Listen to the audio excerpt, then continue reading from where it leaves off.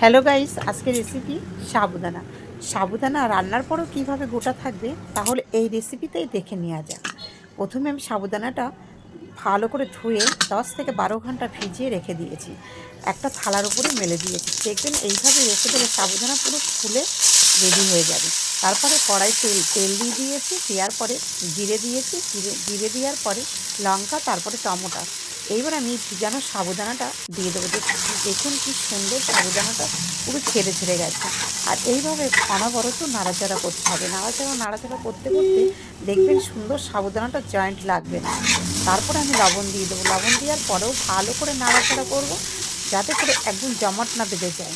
আর এইভাবে ভিজালে কখনোই জমাট বাঁধবে না। বারবার চালিয়েছি, আপনারাও এরকম বারবার খুন্তি দিয়ে চালাবেন, দেখবেন কখনোই সাবুদানা একদম পুরো গোটা গোটাই থাকবে। তারপরে সাবুদানার উপর থেকে আমি একটু ধনেপাতা দিয়ে দেবো। ধনেপাতা দিলে খুবই টেস্টি লাগে। আর যে কোনো ব্রতে এইভাবেই আপনারা বানিয়ে খেতে পারবেন।